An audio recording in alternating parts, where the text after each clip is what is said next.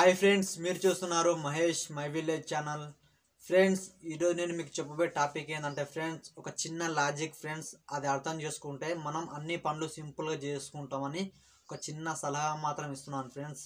ఏంటంటే ఫ్రెండ్స్, మనం ఇప్పుడున్న జనరేషన్లో ఒక మనిషి ఏ విధంగా ఆలోచించాలంటే, ఇప్పుడు మనం ఒక ఫోన్తో పోల్చుకోవాలి ఫ్రెండ్స్.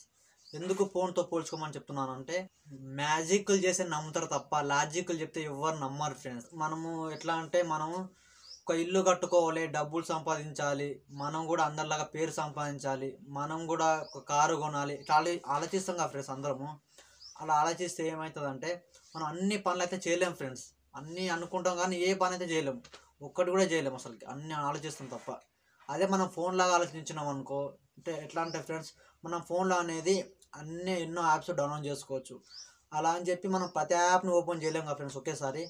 యాప్లో ర్యామ్ అయితే ఎలా వర్క్ అవుతుందో, మన మైండ్లో ఒక చిన్న దృష్టి కూడా అట్లే వర్క్ అవుతుంది ఫ్రెండ్స్. ఎట్లా అంటే, మనకు ర్యామ్లో అవసరం ఉన్న యాప్స్ మాత్రమే తెచ్చుకొని మనం యూజ్ చేసుకుంటాం కదా ఫ్రెండ్స్. అట్లాగే మనం కూడా మన మైండ్ సెట్లో అవసరం ఉన్న పనులు అంటే అన్నీ చేయాలనుకుంటాం, కానీ అందులో ఫస్ట్ మనం ఇంపార్టెంట్ ఉన్న పనులని ఫస్ట్ ఆలోచించుకొని ఒకటి చేసుకుంటూ వెళ్తే మనం ఖచ్చితంగా అయితే ఆ పని చేయగలుగుతాం ఫ్రెండ్స్. అలా అని చెప్పి అన్ని పనులు ఒకటి దాన్ని ముందుకు వేసుకున్నాం అనుకో, చేయలేం ఫ్రెండ్స్.